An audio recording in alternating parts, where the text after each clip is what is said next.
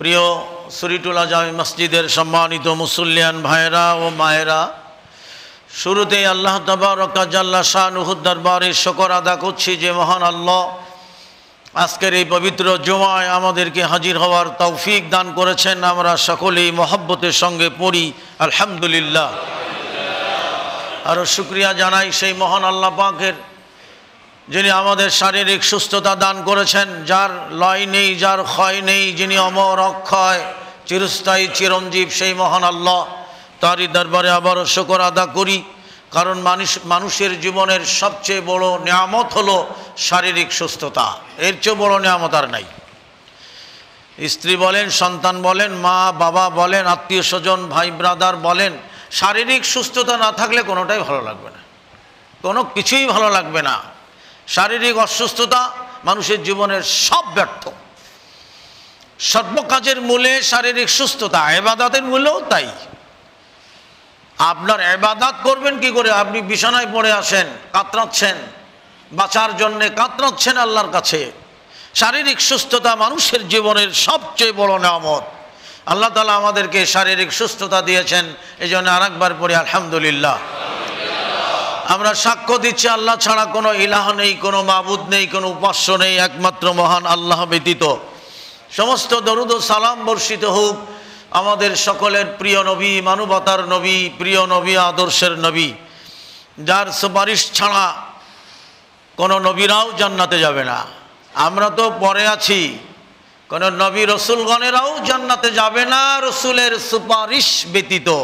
সেই বিশ্ব নবী, মানবতার মুক্তির দূত, সৈয়দুল মুরসালিন, খাতামুন নবিয়্যিন জনাবে মুহাম্মদুর রাসূলুল্লাহ সাল্লাল্লাহু আলাইহি ওয়াসাল্লামের উপরে শত কোটি দরুদ ও সালাম বর্ষিত হোক।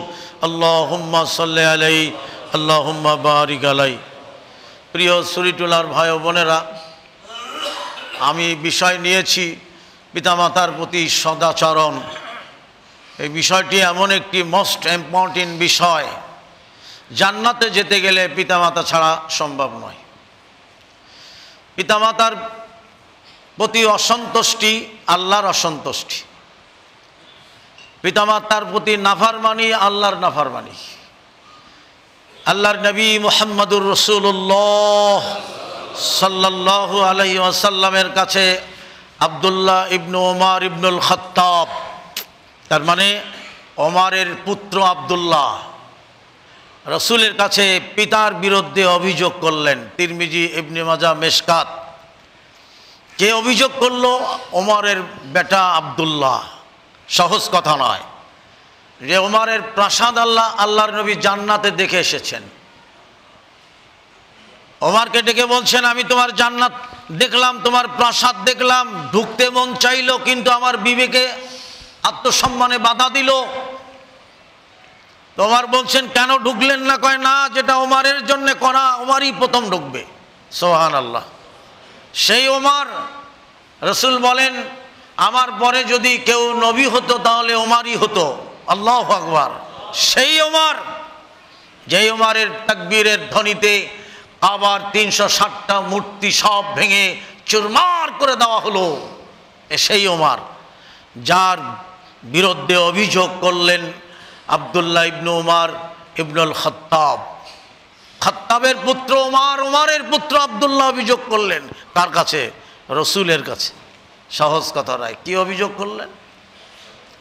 বললেন, হে আল্লাহর নবী, আমি আমার স্ত্রীকে ভালোবাসি, সে আমাকেও ভালোবাসে, কিন্তু আমার পিতা ওমর রাদিয়াল্লাহু তাআলা আনহু পছন্দ করেন না, আমার স্ত্রীকে তিনি পছন্দ করেন না, তালাক দিতে বললেন। আমি এখন কি করব? আল্লাহর নবী মুহাম্মদুর রাসূলুল্লাহ সাল্লাল্লাহু আলাইহি ওয়াসাল্লাম বলেন, তোমার পিতা জান্নাতের মাধ্যম দরজা। আল্লাহু আকবার। শুধু তোমার পিতা নয়, সকলেরই পিতা জান্নাতের মাধ্যম দরজা। ইচ্ছা করলে রাখো, আর না হয় ভেঙে ফেলাও। কি ফয়সালা দিলেন আল্লাহর নবী? বললেন, তুমি জান্নাতের দরজা রাখতেও পারো, ভাঙতেও পারো। আল্লাহু আকবার। আব্দুল্লাহ ইবনে ওমর নীরব নিস্তব্ধতা মেরে গেলেন। বাড়িতে এসে তার স্ত্রীকে তালাক দিয়ে বিদায় করে দিলেন। আল্লাহু আকবার। তাহলে কি বুঝলাম এই হাদিস থেকে? এত বড় একজন সাহাবী, আর তার ছেলে আব্দুল্লাহ কম নয়, তিনিও মাশাআল্লাহ, তিনি অভিযোগ করছেন, অথচ আল্লাহর নবী বললেন তুমি তোমার পিতার কথা শোনো, তোমার পিতা জান্নাতের মাধ্যম দরজা, ইচ্ছা করলে রাখো, না হয় ভেঙে ফেলাও। আব্দুল্লাহ আর কোনো কথা বললেন না, বাড়িতে এসে স্ত্রীকে তালাক দিয়ে দিলেন। আল্লাহু আকবার। পিতামাতার প্রতি সদাচরণ এটা আমাদের জন্য নফল সুন্নত নয়, এটা ফরজ। কি করে ফরজ? আল্লাহ পাক বলেন ওয়াকাদা রাব্বুকা আল্লা তা'বুদু ইল্লা ইয়্যাহু আল্লা তা'বুদু ইল্লা ইয়্যাহু ওয়া বিল ওয়ালিদাইনি ইহসানা। আল্লাহ পাক বলেন আমি এই নির্দেশ দিয়েছি, ওয়াকাদা রাব্বুকা আল্লা তা'বুদু, প্রতিপালক আমাদের এই নির্দেশ।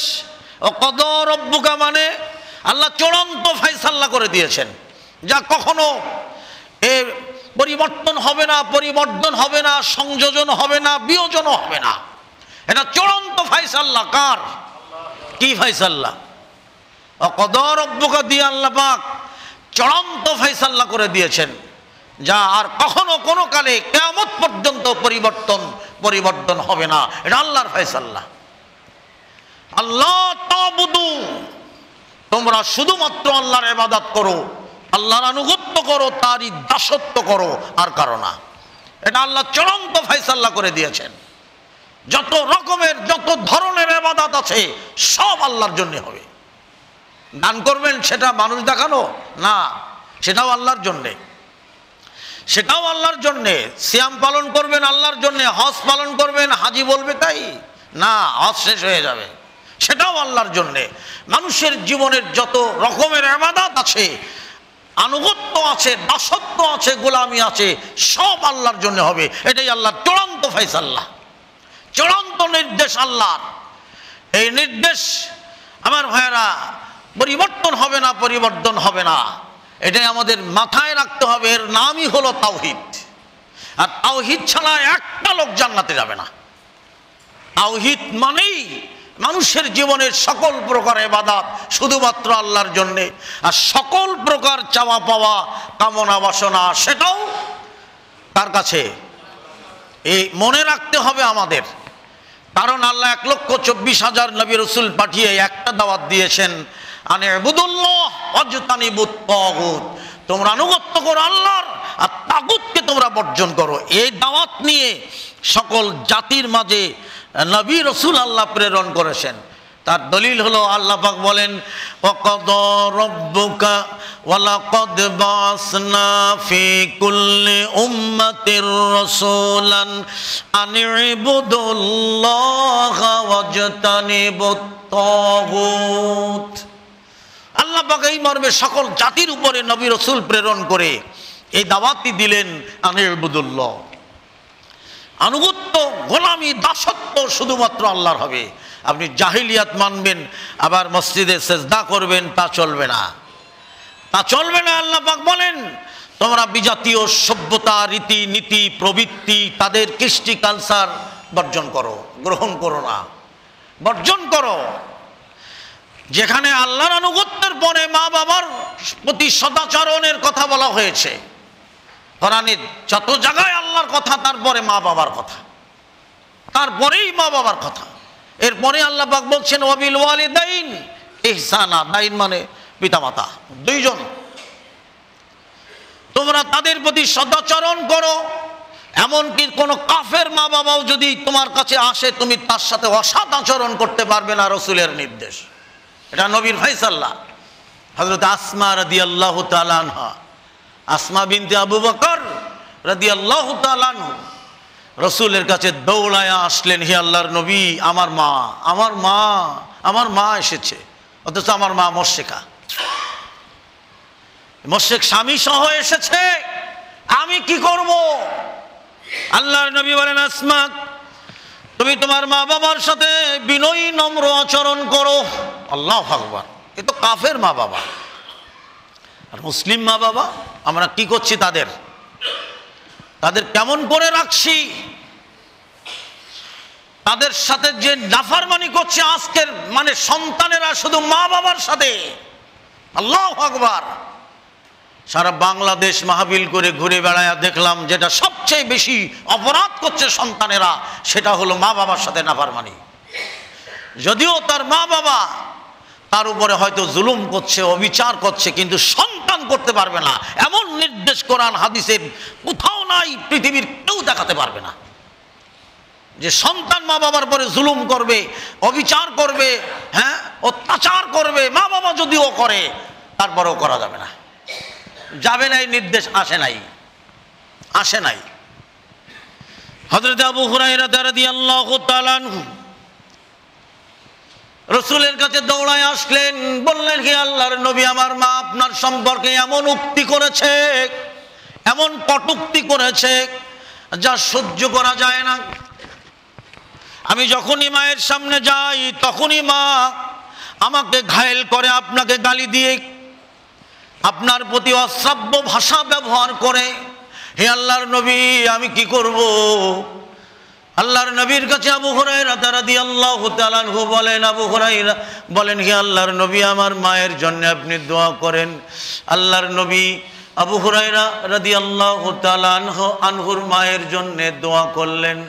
কিছুক্ষণ পরে আল্লাহর নবী বলেন, হুরায়রা বাড়িতে যাও মায়ের কাছে। আবু হুরায়রা পদবের যে যাচ্ছেন, ভাবছেন রাসূল বলেছেন নিশ্চয়ই পজিটিভ কিছু হবে, নেগেটিভ কিছু আমি দেখব না। বাড়িতে গেলেন, যে দেখে দরজা বন্ধ করা, দরজা বন্ধ, দরজা টোকা দিচ্ছেন। আবু হুরায়রার মা বলছেন, আবু হুরায়রা অপেক্ষা করো, আমি গোসল করে ওযু করে বের হচ্ছি। সুবহানাল্লাহ। আবু হুরায়রা রাদিয়াল্লাহু তাআলা আনহু বলেন, আমি দরজার সামনে অপেক্ষা করছি, মা দরজা খুলবে। কিছুক্ষণ পরে মা দরজা খুলে বলছে, হুরায়রা আমাকে কালিমা শাহাদাত পড়িয়ে দাও, আমি মুসলিম হয়ে যাব। আল্লাহু আকবার, আল্লাহু আকবার। কিন্তু মায়ের সাথে অসৎ আচরণের নির্দেশ আল্লাহর নবী দেন নাই, আল্লাহর নবী দেন নাই। হযরত সাদ রাদিয়াল্লাহু তাআলা, সাদ যার নাম শুনেছেন, যার জানাজায় ৭০,০০০ ফেরেশতা এসেছে, যার মৃত্যুতে আল্লাহর আরশ কেঁপে গেছে। আল্লাহু আকবার। হযরত সাদ এত বড় জলিল কদর সাহাবী, তিনি যখন মুসলিম হলেন, সাদের মা বলছে, সাদ আমি খানাপিনা বন্ধ করলাম, পানাহার বন্ধ করে দিলাম, যতক্ষণ না তুমি মুহাম্মাদের নাফরমানি না করবে, যতক্ষণ না তুমি তার দ্বীন পরিত্যাগ না করবে, আমি খানাপিনা আহার সব বন্ধ করে দিলাম এবং এই রোদে বসে থাকবো। হযরত সাদ একবার রাসূলের কাছে আসেন, একবার তার মায়ের কাছে যান। কি করব আমি, মা তো উষ্ঠাগত প্রাণ, যায় যায় অবস্থা। এরপরে সাদ তার মাকে বললেন, মা তুমি যদি আমার ১০০টা মা হতে, তোমার দেহের ভিতরে যদি ১০০টা প্রাণ থাকতো, আর একটা একটা করে যদি জান চলে যেত, এভাবে যদি ১০০০ মা মৃত্যুবরণ করে, আল্লাহর কসম আমি মুহাম্মদ সাল্লাল্লাহু আলাইহি ওয়াসাল্লামের দিন থেকে ফিরে আসবো না, মা ফিরে আসবো না। যখন সাদ দৃঢ় অবস্থানে থাকলেন, সাদের মা বুঝে ফেললেন, তখন তিনি খানাপিনা খাওয়া বন্ধ শুরু করে দিলেন। এর আগে সাদ কি করেছেন, তার দুই দাঁত দুই দিকতে ফাঁক করে লাঠি দিয়ে তারপরে তরল খাদ্য মাকে খাওয়িয়েছেন, কিন্তু সাদ দিনকেই প্রাধান্য দিয়েছেন। সম্মানিত প্রিয় মুসলিয়ান ভাইয়েরা ও মায়েরা, আল্লাহ তাআলা বলছেন কোরআনে কারিমে যে তোমাদের পিতামাতা উভয়ে অথবা তাদের একজন যদি তোমরা পেয়ে যাও, তোমরা তাদেরকে শব্দ করো না, তাদের প্রতি ধমক দিও না। দুটো শব্দ এসেছে কোরআনে। আল্লাহ পাক বলেন, উফি ওয়ালা তানহারহুমা ওয়া কুল লাহুমা কাওলান কারীমা। আল্লাহ পাক বলেন, যদি তোমাদের পিতামাতা অথবা উভয়ের একজন তোমরা পেয়ে যাও, তাদের সামনে তোমরা উহ শব্দটি করো না, এমনকি ধমক দিও না। অকুল্লাহুমা কাওলান কারীমা, তাদের সাথে সম্মানজনক বা বিনয়ী নম্র আচরণ করো, মার্জিত ব্যবহার করো, তাদের সাথে মিষ্টি করে কথা বলো। খবরদার তোমরা তাদের নাফরমানি করো না। আল্লাহ নিষেধ করে দিয়েছেন, একবারে নিষেধ। এটাই আল্লাহ চূড়ান্ত ফায়সালা, এটাই আল্লাহর নির্দেশ যে কোনো অবস্থাতেই মা বাবার নাফরমানি করা যাবে না। একজন সাহাবী হযরত আমর ইবনুল আস তিনি বর্ণনা করেন, জনৈক একজন ব্যক্তি রাসূলের কাছে আসলেন, এসে বললেন যে হে আল্লাহর নবী, আমি জিহাদে যেতে চাই, আপনি আমার অনুমতি দিন। আল্লাহর নবী বললেন, বাড়িতে তোমার কে আছে? বলে আমার পিতামাতা আছে। যাও তুমি তাদের কাছে যাও, তাদের কাছেই তুমি সেবা করো। সুবহানাল্লাহ। এরপরে আবার ডান দিক থেকে, বাম দিক থেকে, সামনে থেকে, পিছন দিক থেকে বারবার রাসূলের সামনে এসে সালাম দিচ্ছেন আর বলছেন, আপনি আমার জিহাদে যাওয়ার অনুমতি দিন, আমি আল্লাহর সন্তুষ্টি অর্জন করে শহীদ হয়ে আমি মৃত্যুবরণ করতে চাই। আল্লাহর নবী বলছেন, ঘরে তোমার কে আছে? আমার মা বাবাকে কাঁদিয়ে এসেছি। রাসূল বলেন, যাও যাও, তুমি তোমার মা বাবাকে যেভাবে কাঁদিয়েছো ওভাবেই তুমি হাসাও। জোরে বলেন আলহামদুলিল্লাহ। রিজলাইহি, হ্যাঁ, আল্লাহর নবী বলছেন যে তাদের দুইজনের কাছে তোমাদের জান্নাত রয়েছে। সকলেই বলি আলহামদুলিল্লাহ। সুবহানাল্লাহি ওয়া বিহামদি, আল্লাহু আকবার। সে জিহাদে যাওয়ার চেয়ে মা বাবার সেবা করা উত্তম। আমরা তো মনে করি জিহাদই শ্রেষ্ঠ। দেখুন হাদিসটা দেখুন। عن أبي هريرة رضي الله تعالى عنه قال قال رسول الله صلى الله عليه وسلم أي العمل أحب إلى الله قال الصلاة على وقتها قال ثم أي قال ثم بر الوالدين قال ثم أي قال الجهاد في سبيل الله الله أكبر। আল্লাহর নবীর কাছে সাহাবীরা প্রশ্ন করলেন, হে আল্লাহর নবী, আকাশের নিচে জমিনের উপরে সবচেয়ে প্রিয় আমল আল্লাহর কাছে কোনটি? আল্লাহর নবী বলে দিলেন, আলাস সালাতি আলা ওয়াক্তিহা, সঠিক ওয়াক্তে, আউয়াল ওয়াক্তে সালাত আদা করা। সকলেই বলি আলহামদুলিল্লাহ। তাহলে সঠিক ওয়াক্তে, আউয়াল ওয়াক্তে সালাত আদা করা আল্লাহর কাছে সবচেয়ে প্রিয় আমল। এর চেয়ে প্রিয় আমল আর পৃথিবীতে নাই। আমরা সঠিক ওয়াক্তে সালাত আদা করতে পারছি না। বাংলাদেশের বহু মসজিদে জয়ীফ ওয়াক্তে, দুর্বল ওয়াক্তে সালাত আদা করে। আউয়াল ওয়াক্ত আল্লাহর রাসূল বলেন, যারা তিনটা কাজ করবে আমি নবী আমার সুপারিশ তাদের ওয়াজিব হয়ে যাবে। এক নম্বরে আজ্জিলু বিস সালাতে ক্বাবলাল ফাউত, আজ্জিলু বিত তাওবাতে ক্বাবলাল মাউত, আজ্জিলু বিস সাদাকা ক্বাবলা নুজুইল বালা। এই তিনটা কাজ। তার এক নম্বরে আউয়াল ওয়াক্তে যারা সালাত আদা করে, আজ্জিলু বিস সালাতে ক্বাবলাল ফাউত, সঠিক ওয়াক্তে, আউয়াল ওয়াক্তে। ইন্নাস সালাতা কানাত আলাল মুমিনিনা কিতাবাম মাওকুতা। এই আয়াতটা জানেন, আমরা সালাত পড়া ফরজ মনে করি, তাই না? এটা তো আসলেই ফরজ, কিন্তু সঠিক ওয়াক্তে, আউয়াল ওয়াক্তে সালাত আদা করা ফরজ। তা কি জানেন? আল্লাহ পাক বলেন, ইন্নাস সালাতা কানাত আলাল মুমিনিনা কিতাবাম মাওকুতা, নিশ্চয়ই সালাত নির্দিষ্ট ওয়াক্তে, সঠিক ওয়াক্তে আদা করা ফরজ। সুবহানাল্লাহ। এই জোহরের নামাজ, জুমার নামাজ দুইটায় আরম্ভ করে। নাউজুবিল্লাহ, আস্তাগফিরুল্লাহ। কোথায় দুইটা? আমার পাশের বাইতুল মামুনের পাশের মসজিদে দুইটায় সালাতে দাঁড়ায়, জোহরের সালাত। তারপর আসর যে পড়তেছে 4টা, 4:30টায়, নাউজুবিল্লাহ, আস্তাগফিরুল্লাহ। মাগরিবের সালাত আদা করছে আজানের, হ্যাঁ, আউয়াল ওয়াক্তের 25 মিনিট পরে। হিসাব করে দেখুন, আউয়াল ওয়াক্তের 25 মিনিট পরে মাগরিবের সালাত আদা করছে। জোহরের নামাজ এক জায়গায় মাহফিলে গেলাম, 2:45 জোহরের নামাজ। আমি ভাই 1টা বেজে গেল, কয় হুজুর আজান হবে 1:01টায়, আর জামাত কয় 2:45। আস্তাগফিরুল্লাহ, নাউজুবিল্লাহ। কয় এটা কি কোন আপনি? নামাজের কথায় আবার আস্তাগফিরুল্লাহ বলেন? আমি নামাজ হবে তো? কয় কেন হবে না? হ্যাঁ, জোহরের ওয়াক্ত আছে তো 4টা পর্যন্ত। আমি কে বলেছে? হ্যাঁ, জোহরের রক্ত 4টা পর্যন্ত আমাদের ইমাম সাহেবই বলেছে, তাও রক্তের সালাত আদা করছে কোন জায়গায়? হ্যাঁ, এরপরে সাহাবীরা বলেন ক্বালা সুম্মা আইয়ু, হে আল্লাহর নবী, এরপরে আল্লাহর নিকটে সবচেয়ে প্রিয় আমল কোনটি? আল্লাহর নবী বলেন ক্বালা সুম্মা আইয়ু, ক্বালা সুম্মা বিররুল ওয়ালিদাইন, এরপরে আল্লাহর নিকটে প্রিয় আমল হলো মা বাবার সেবা করা। সকলেই বলি আলহামদুলিল্লাহ। মা বাবার নাফরমানি, আল্লাহর নাফরমানি, মা বাবার প্রতি অকৃতজ্ঞ যারা, তারা আল্লাহর প্রতি অকৃতজ্ঞ। রসুল এখানে কি বললেন? 2 নম্বরে, আকাশের নিচে জমিনের উপরে। হ্যাঁ, ক্বালা সুম্মা বিররুল ওয়ালিদাইন, নবী বলেন অতঃপর পিতামাতার সেবা করা দ্বিতীয় বৃহত্তম আমল আল্লাহর নিকটে। শুনুন, আব্দুল্লাহ ইবনে আব্বাস রাদিয়াল্লাহু তাআলা আনহুর নিকটে এক ব্যক্তি আসলেন, এসে বললেন, তিরমিজি ইবনে মাজার হাদিস, হাদিসটা সহিহা, হ্যাঁ সনদ সহি। তো বললেন, আমি যে ধরনের পাপ করেছি আমার উপরে হদ জারি হয়ে গেছে, আমাকে শাস্তি দিন। আব্দুল্লাহ ইবনে আব্বাস বলেন, তোমার মা বাবা বেঁচে আছে? কয় না। তাহলে তুমি এক কাজ করো, বেশি বেশি তওবা করো, ইস্তেগফার করো, নফল সালাত আদা করো, আল্লাহর কাছে কান্নাকাটি করো, আল্লাহ তোমাকে মাফ করে দিবেন।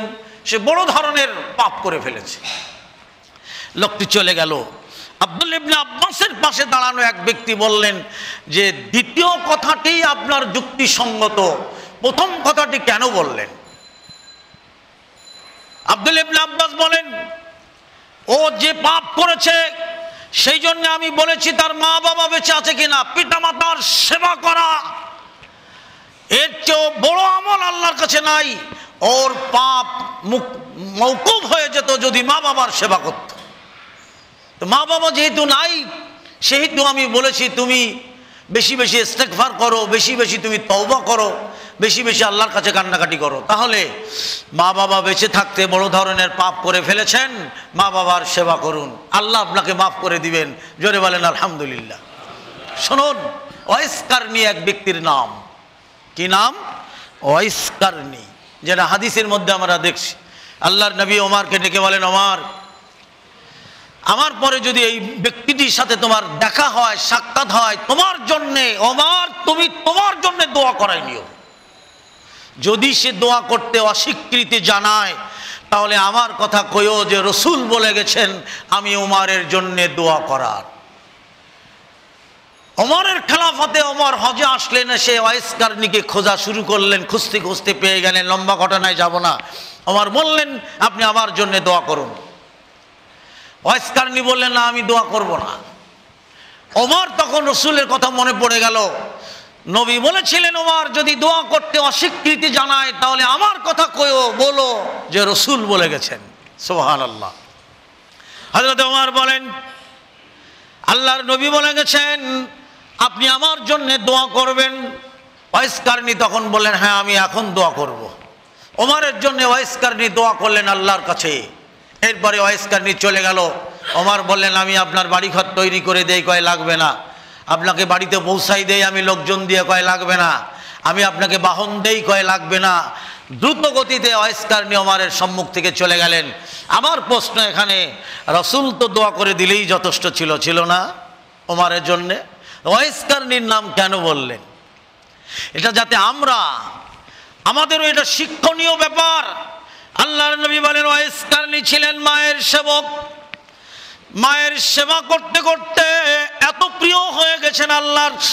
হ্যাঁ, মায়ের সেবা করতে করতে এত প্রিয় হয়ে গেছেন ওয়াইস কারনি, যখন দোয়া করে এই পৃথিবীর বুকে ওয়াইস কারনির জীবনের আর কোনো দোয়া আল্লাহ ফিরিয়ে দেয় না। যে দোয়াই করে আল্লাহ কবুল করে নেয়। সুবহানাল্লাহ, আল্লাহু আকবার, আল্লাহু আকবার। তাহলে আমরা মা বাবার কিভাবে নাফরমানি করছি? আল্লাহ পাক বলেন, উফফি ওয়ালা তানহারহুমা ওয়া কুল লাহুমা কাওলান কারীমা। আল্লাহর নবী বলছেন, ফাইনাল জান্নাতা তাহতা রিজলাইহি। হ্যাঁ, মা বাবার পায়ের নিকটে তোমাদের জান্নাত। আল্লাহু আকবার। তাদের সাথে মিষ্টি করে কথা বলো আর তাদের জন্য দোয়া করো, রব্বির হামহুমা কামা রব্বায়ানি সগীরা। হে আল্লাহ তুমি তাদের সাথে ওরকম বিনয়ী নম্র আচরণ করো যেরকম শৈশবে আমার মা বাবা আমাদের সাথে বিনয়ী নম্র আচরণ করেছিল। আল্লাহু আকবার। একটা সন্তান মানুষ করতে গেলে মা বাবার কত ত্যাগ, খেয়ে না খেয়ে জীবনের কত কিছু ত্যাগ করে একটা সন্তান মানুষ করতে হয়। শোনেন, আমার নিজের ঘটনা। আমরা 12 ভাই বোন। সেই সময় 12 ভাই বোন মানুষ করতে মা বাবার কত কষ্ট হয়েছে। একটা খাবার এসেছে, মা সব ভাগ করে দিয়েছে। আমি প্রতিবাদ করতাম, মা তুমি তো খেলে না। কয় না আমি খেয়েছি। না তুমি খাও নাই। কয় না আমি খেয়েছি। না তুমি তো খাও নাই, সব ভাগ করে দিলে। আমি এই খাবার চোখে দেখতেছি মা কি করে। মা বলছে আমি খেয়েছি। না তুমি মিথ্যা কথা বলছো মা, তুমি খাও নাই, আমারটা নিয়ে নাও। মা তখন কেঁদে কেঁদে বলছে, খোকা তোরা খাইলে আমার খাওয়া হয়ে যায়। হ্যাঁ, তোরা খাইলে আমার আত্মা ভরে যায়। তখন মায়ের সেই কথাটি আজও মনে পড়ে যে তোরা খাইলে আমার আত্মা ভরে যায়। আল্লাহু আকবার। এত কষ্ট করে মা বাবা সন্তান মানুষ করেছে। আল্লাহু আকবার। আল্লাহ পাক বলেন ওয়াখফিদ লাহুমা জানাহাদ দুল্লি মিনার রাহমা ওয়াকুর রাব্বিরহামহুমা কামা রাব্বায়ানি সাগীরা। তোমার মা বাবা যখন ডাকবে তুমি তোমার বাহু দুটো নোয়া দিবে। সুবহানাল্লাহ। খবরদার উদ্ধত আচরণ করবে না। পিতামাতার সাথে চোখ পাকিয়ে কথা বলা কবিরা গুনাহ, আঙ্গুল উঁচা করে কথা বলা কবিরা গুনাহ, ধমক দিয়ে কথা বলা কবিরা গুনাহ। এতে কোনো সন্দেহ নেই। আল্লাহর নবী মুহাম্মদুর রাসূলুল্লাহ সাল্লাল্লাহু আলাইহি সাল্লাম বলেন 3 ব্যক্তির দান সাদাকা সৎ কর্ম একটাও কবুল হয় না। কয় ব্যক্তি? 3 ব্যক্তির দান সাদাকা একটাও কবুল হয় না। তার 1 নম্বরে পিতামাতার অবাধ্য সন্তান, 2 নম্বরে খোটা দানকারী, আর 3 নম্বরে তাকদীরকে অস্বীকারী। এই 3 ব্যক্তির দান সাদাকা ইবাদত একটাও কবুল হয় না। তাহলে এখানেও মা বাবা রয়েছেন। আল্লাহর নবী মুহাম্মদুর রাসূলুল্লাহ সাল্লাল্লাহু আলাইহি সাল্লাম বলেন 3টা গুনাহ সবচেয়ে বড় গুনাহ। আকাশের নিচে জমিনের উপরে 3টা গুনাহ সবচেয়ে বড় গুনাহ। 1 নম্বরে শিরকের গুনাহ, 2 নম্বরে মা বাবার অবাধ্য হওয়া, আর 3 নম্বরে মিথ্যা কথা বলা বা মিথ্যা সাক্ষ্য দেওয়া। এই 3টা গুনাহ আকাশের নিচে জমিনের উপরে সবচেয়ে বড় গুনাহ। আল্লাহর নবী মুহাম্মদুর রাসূলুল্লাহ সাল্লাল্লাহু আলাইহি সাল্লাম বলেন 3 শ্রেণীর মানুষ সরাসরি জাহান্নামে যাবে। তার 1 নম্বরে মুদমিনুল খামরি ওয়াল আখু ওয়াদ দায়ুসুল্লাযী ইউকিররু ফিল আদ-দায়ুসুল্লাযী ইউকিররু ফিল আরদি খাবাসা। আল্লাহর নবী মুহাম্মদুর রাসূলুল্লাহ সাল্লাল্লাহু আলাইহি সাল্লাম বলেন 3 শ্রেণীর মানুষ জাহান্নামে যাবে। তার 1 নম্বরে মদ্যপেয়ী, লাগাতার যারা নেশা পান করে। 2 নম্বরে মা বাবার নাফরমানি, 2 নম্বরে পিতামাতার অবাধ্য, এরা জাহান্নামে যাবে। 3 নম্বরে দায়ুস, ওই ব্যক্তি যে তার পরিবারের অশ্লীলতা, অসভ্যতা, বিহায়াপনা জিয়ে রাখে, প্রতিবাদ করে না, প্রতিরোধ করে না। আমার ভাড়া লাঠি ধরে না, অথচ পরিবারে অশ্লীলতা জিয়ে রেখেছে। না স্ত্রী পর্দা মানছে, না ছেলে মানছে, না মেয়ে মানছে। হ্যাঁ, ছেলে মেয়ে তাদের বন্ধু বান্ধব ঘরের মধ্যে হইহুল্লা করছে। আল্লাহর নবী বলেন এই 3 শ্রেণীর মানুষ জাহান্নামে যাবে। তার মধ্যে 1 নম্বরে মুদমিনুল খামরু, যারা নেশা পান করে, লাগাতার নেশা করে। আমার ভাইয়েরা বিরতি দেয় না, তওবাও করে না, ফিরেও আসে না। এরা 2 নম্বরে অবাধ্য সন্তান। 3 নম্বরে দায়ুস, ওই ব্যক্তি যে তার পরিবারের অশ্লীলতা জিয়ে রাখে। এরা সরাসরি জাহান্নামে যাবে, এতে কোনো সন্দেহ নেই। প্রিয় মুসলিয়ান ভাইয়েরা, আমার মায়েরা, আল্লাহ পাক বলেন ওয়াসাইনাল ইনসানা বিওয়ালিদাইহি হামালাতুহু উম্মুহু ওয়াহানান আলা ওয়াহানি ওয়া ফিসালুহু ফি আমাইনি আনিশকুরলি ওয়া লিওয়ালিদাইকা ইলাইয়াল মাসির। আল্লাহ পাক বলেন ওয়াসাইনাল ইনসান। এখানে আমানু বলে নাই, ফাসেক বলে নাই, মুমিন বলে নাই, কাফের বলে নাই, মুনাফিক বলে নাই। কি বলেছেন? আল্লাহ পাক বলেন ওয়াসাইনাল ইনসানা বিওয়ালিদাইহি। আমি আল্লাহ মানুষকে নির্দেশ দিয়েছি, মানুষ সকল শ্রেণীর, সকল বর্ণের, সকল প্রকারের মানুষ, হিন্দু, বৌদ্ধ, খ্রিস্টান, মুসলিম, ইহুদি, নাসারা, সব মানুষকে আল্লাহ এই নির্দেশ দিয়েছে, অবশ্যই নালিংসানা বিওয়ালিদাইহি, তোমরা তোমাদের মা বাবার প্রতি সদাচরণ করো। আল্লাহ পাক বলেন হামালাতুহু উম্মুহু ওয়াহনান আলা ওয়াহনি ওয়া ফিসালুহু ফি আমাইনি, তোমার মা তোমাকে কষ্টের পরে কষ্ট করে গর্ভে ধারণ করেছে, আর ফি আমাইনি তোমার দুধ ছাড়ানো 2 বছর লেগেছে। আনিশকুরুনি ওয়ালি ওয়ালিদাইকা, তোমরা আমার শুকরিয়া আদা করো, কৃতজ্ঞতা স্বীকার করো, আর তোমাদের মা বাবার কৃতজ্ঞতা স্বীকার করো। ইলাইয়াল মাসির, আল্লাহ পাক বলেন আর মনে রেখো আমার নিকটেই তোমাদের প্রত্যাবর্তন স্থল। 3টা কথা বলে দিলেন, বলে আল্লাহ পাক বলেন মনে রেখো, মনে রেখো ইলাইয়াল মাসির, আমার নিকটেই তোমাদের প্রত্যাবর্তন, অন্য কোনো জায়গায় পালাতে পারবে না। তাহলে এই নির্দেশ আল্লাহ দিলেন কি, তোমরা তোমাদের পিতামাতার প্রতি সদাচরণ করো। তোমার মা কষ্টের পরে কষ্ট করে গর্ভে ধারণ করেছে, 2 বছর পূর্ণ লেগেছে দুধ ছাড়ানো, তোমরা আমার কৃতজ্ঞতা স্বীকার করো আর তোমাদের মা বাবার কৃতজ্ঞতা স্বীকার করো। ইলাইয়াল মাসির, তোমরা আমার নিকটেই প্রত্যাবর্তিত হবে, ফিরে আসবে। প্রিয় সুরিটুলার ভাই ও বোনেরা, মা বাবা যদি কোরআন সুন্নাহ বিরোধী কোনো নির্দেশ দেয়, আর সেটা হলো শিরক, যদি শিরকের কথা বলে তা মানা যাবে না, আর সব কথা মানতে হবে, মা বাবার সব কথা মানতে হবে।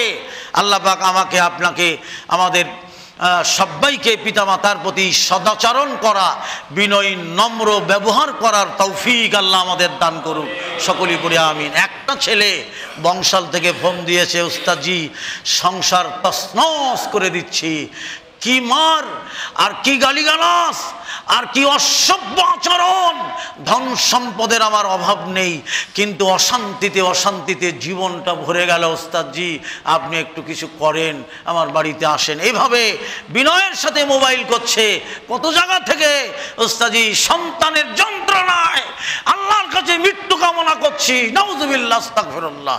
আমি আপনাদেরকে উদাত্ত আহ্বান জানাবো, মা বাবার প্রতি সদয় হন, মা বাবাই আপনার জান্নাত আর না হয় জাহান্নাম। আল্লাহর নবী বলেন, বাইহাকি ইবনে মাজাহ, তোমার মা জান্নাতের ভিতর আর তোমার পিতা জান্নাতের দরজা। আল্লাহর নবী বলেন, তোমরা বাদ দিবা কোনটা? আপনারা বাদ দিবেন কোনটা? কোনটা বাদ দিবেন? জান্নাতের ভিতরে যাবেন না, দরজা দিয়ে ঢুকবেন না, দরজা পিতা আর মা জান্নাতের ভিতর। আল্লাহ তাআলা আমাদেরকে পূর্ণভাবে মা বাবার সেবা করার তৌফিক দান করুক, আমিন। বারাকাল্লাহু লানা ওয়া লাকুম ফিল কোরআনিল আযীম ওয়া নাফা'না।